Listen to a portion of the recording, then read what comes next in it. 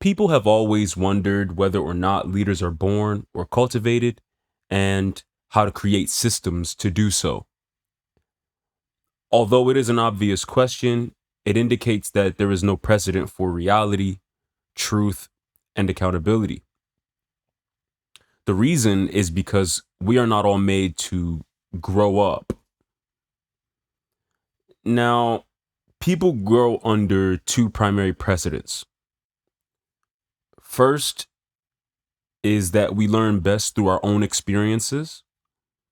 And the second is people having a support system to make decisions for us, providing opportunities in material and spiritual forms to supply their learning.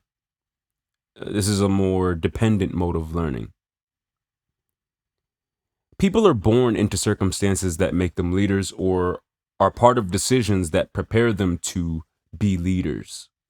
One of the ways people identify leaders is by recognizing the capacity to which an individual rules their own being. These things are all demonstrated by the individual and are thus highly nuanced and contextual. Because what is really good or bad in the realm of identifying levels of autonomy? Levels of autonomy are mostly perceived in relation to people's relationships to other people, whether they're strangers, acquaintances, or closely loved ones, and the various strata as well.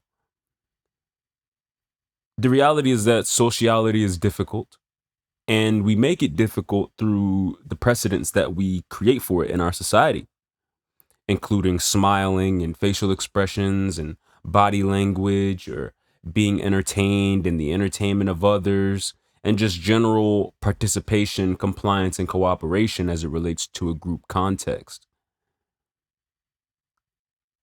Even fools have the ability to perceive within themselves the meaningfulness of their group activities. Sociality has tended to be a tool for control and can easily be perceived as such by anybody who gets involved in it. So, therefore, people have worked on their ability to create things out of nothings.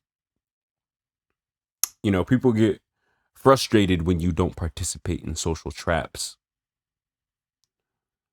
On one hand, one's desire to be endlessly social can be deemed a problem with loneliness. Although it should be noted that loneliness a lot of times equates to a lack of desire or depth to interact, which is limiting. The compulsion to talk endlessly, I say, comes from having a support system to talk to or from education otherwise. And on the other hand, it is incredibly difficult to withdraw from social context. The initiation of the social context serves as bait for interaction. Once the bait is taken in the form of response, the rhythm of the social context begins and the pathway begins to termination of the context. So, as an example, I like to use Freytag's pyramid, which is also known as the story structure triangle. We learn about this very early in elementary school, or at least you should. And the way the square goes is you have the introduction of characters, um, then you have the exposition, and or if not, these are like the same things, and then you have the rising action. So the rising action goes up, creating a sort of a mountain, and the rising action tends to be the longest part. They tend to draw it as the longest part of the triangle,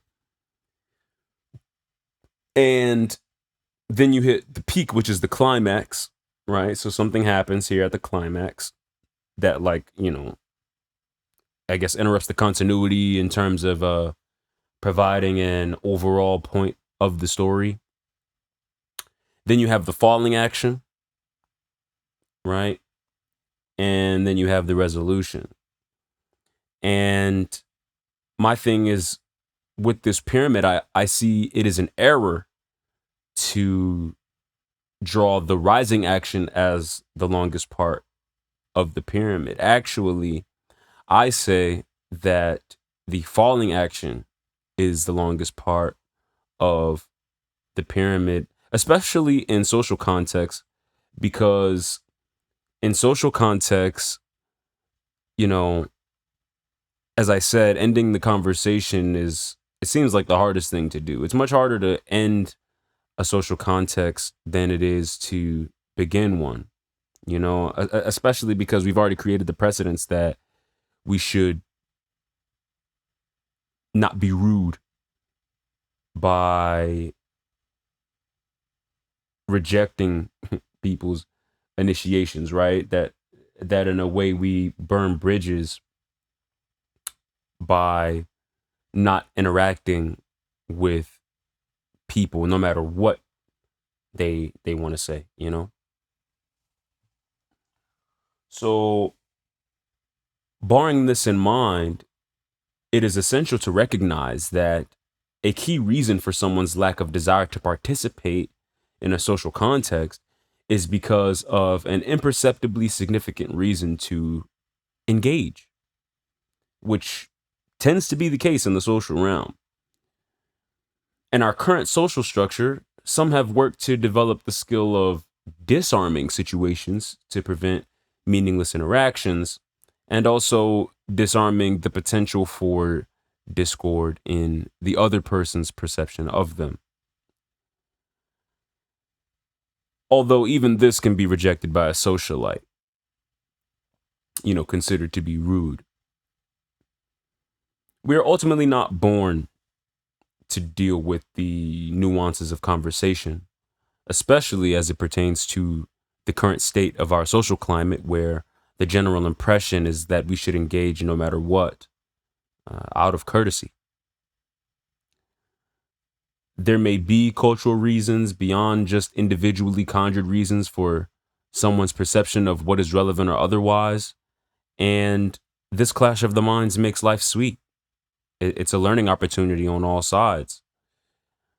But what is most important is that people do the work necessary to identify those characters whom they wish to be surrounded by, the environments in which they may find them, and thus the elements that bring meaning to their lives as a matter of what compels them. I call this the substance of the context. I go much more deeply into this in my book, Judgment Day, which you can find digitally on Amazon Kindle right now. Or, message me and I can send you a copy. But, in my book, Judgment Day, I speak about these aspects of what it means to be a leader because of the fact that these are one of the things that we judge.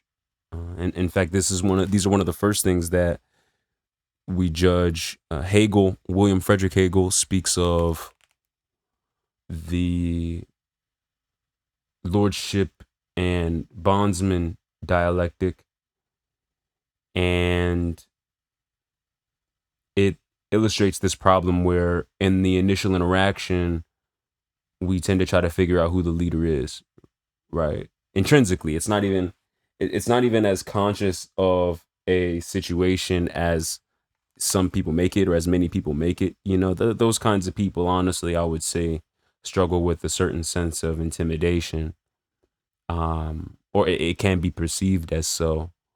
But just naturally, you do have the ability to discern who of the two is it. I mean, right? Because at the end of the day, there's a reason for the context. There's a reason for the initiation of the interaction. And, you may have somebody who perhaps was in control of the interaction, at least to start it, but they are not, they may not remain the person who's in control of the interaction. These types of things are things that I have had to learn, and then how to deal with these things. And that's the reason why I direct you and other people to get a copy of my book, Judgment Day, and to perhaps catch up on these varying things. I understand that people struggle with these certain aspects of being human. I still struggle with it. You know, that's part of the reason why I document it. That's part of the reason why I talk about it, because it's confusing. You know, it is quite confusing, and can even be discouraging in some cases to, you know, maneuver, you know, trying to figure out how to maneuver in this world.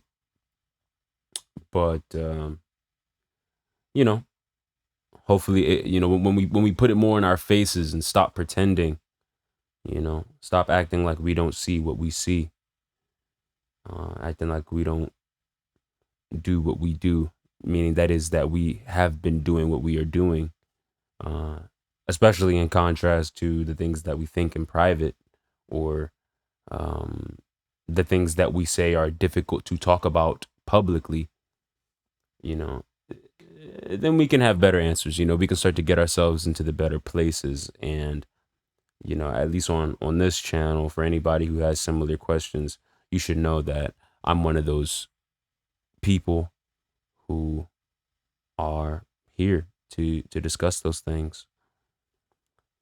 So yeah, definitely grab a copy of my book Judgment Day. It will be in the description. And everybody stay blessed. Those with ears, let them hear.